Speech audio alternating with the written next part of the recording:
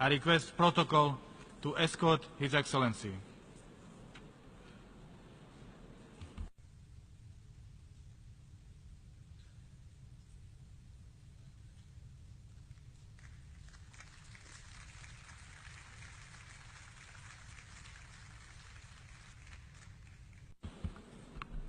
On behalf of the General Assembly, I have the honor to welcome to the United Nations His Excellency Muhammadu Buhari, President of the Federal Republic of Nigeria, and to invite him to address the Assembly.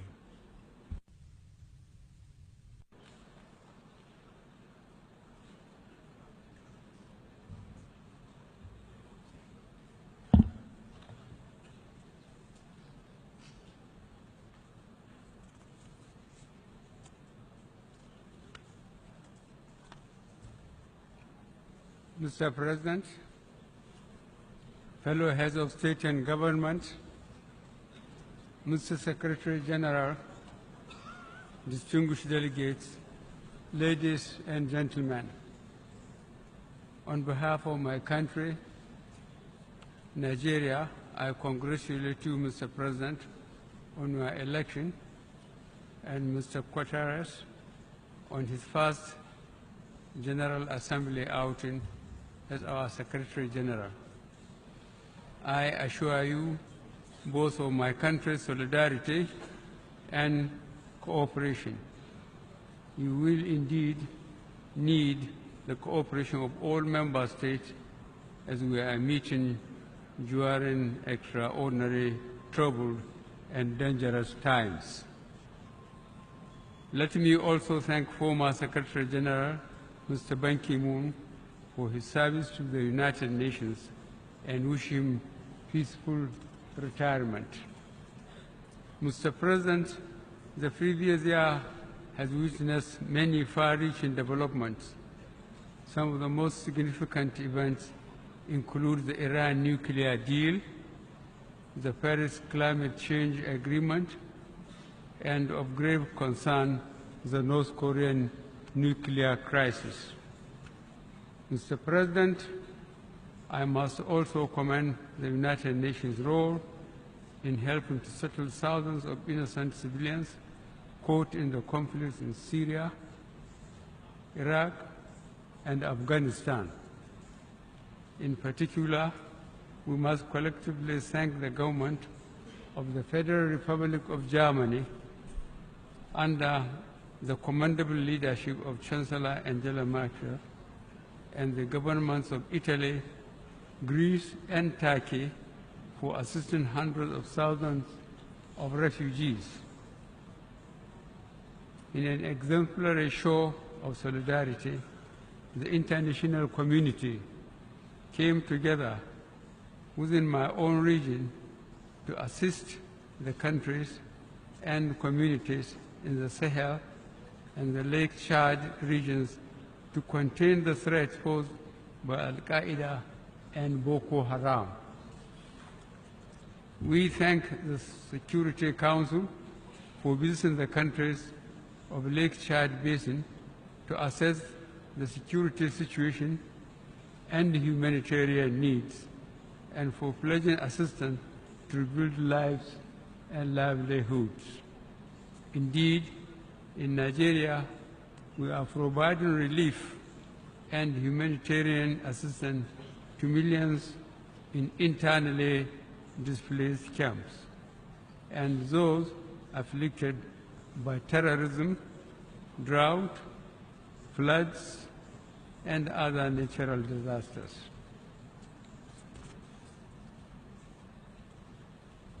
In the last year, the international community came together to focus on the need for gender equality, youth empowerment, social inclusion, and the promotion of education, creativity, and innovation.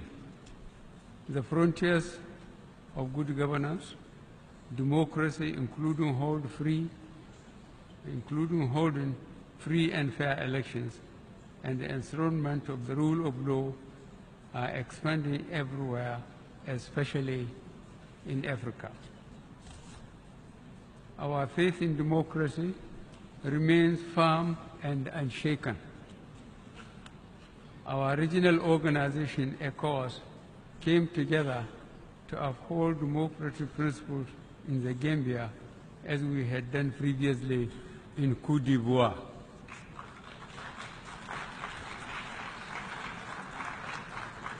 Through our individual national efforts, state institutions are being strengthened to promote accountability and to combat corruption and asset recovery. These can only be achieved through the international community cooperating and providing critical assistance and material support. We shall also cooperate in addressing the growing transnational crimes such as forced labor, modern-day slavery, human trafficking, and cyber crime. Mr. President, these cooperative efforts should be sustained.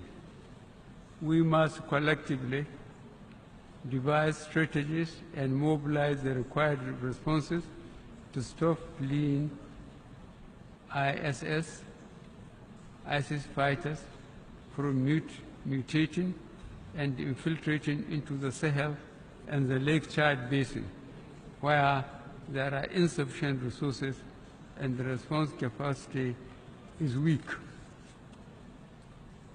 This will require strong United Nations cooperation with regional organizations such as the African Union in conflict prevention and management. The United Nations should continue to take primary leadership of the maintenance of international peace and security by providing in a predictable and sustainable manner adequate funding and other enablers to regional initiatives and peacekeeping operations authorized by the Security Council. Mr. President, new conflicts should not make us lose focus on ongoing unresolved old conflicts. For example, several United Nations Security Council resolutions from 1967 on the Middle East crisis remain unimplemented. Meanwhile, the suffering of the Palestinian people and the blockade of Gaza continue. Additionally, we are now confronted by the desperate human rights and humanitarian situation in Yemen, and most tragically in the Rakhine state of Yemen. The Yemen crisis is very reminiscent of what happened in Bosnia in 1995 and in Rwanda in 1994. The international community cannot remain silent and do not condemn the horrendous suffering caused by what, from all indications, is a state-backed program of brutal depopulation of the Rohingya inhabited areas in Myanmar on the basis of ethnicity and religion. We fully endorse the call by the Secretary General on the government of the Myanmar to order or halt to the ongoing ethnic cleansing and ensure the safe return of the displaced Rohingya to their homes in safety and dignity. In all these crises, the primary victims are the people, the most vulnerable being women and children. That is why the theme of this session, focusing on people striving for peace and decent life for all on a sustainable planet, is most opposite. While the international community grapples to resolve these conflicts, we must be mindful and focused on the widening inequalities within societies and the gap between the rich and the poor nations. These inequalities and gaps are part of the underlying roots of competition for resources, frustration, and anger leading to spiraling instability. The most pressing threat to international peace and security today is the accelerated nuclear weapons development program by North Korea. Since the Cuban Missile Crisis of 1962, we have never come so close to the threat of nuclear war as we have now. Mr. President, Nigeria proposes a strong United Nations delegation to urgently engage the North Korean leader. The delegation, led by the Security Council, should include members from all the regions. The crisis in the Korean Peninsula underscores the urgency for all member states, guided by the spirit of enthroning a safer and more peaceful world, to ratify without delay the treaty prohibiting nuclear weapons, which will be open for signature here tomorrow. Mr. President, I end my remarks by reiterating Nigeria's abiding commitment to the foundational principles and goals of the United Nations. Since our admission as a member state in 1960, we have always participated in all efforts to bring about global peace, security, and development. Nigeria will continue to support the United Nations in all its efforts, including the attainment of the 2030 Agenda for Sustainable Development. I thank you.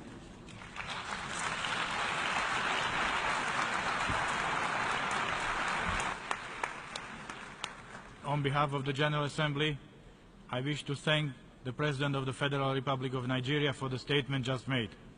May I request representatives to remain seated while we greet the Head of State.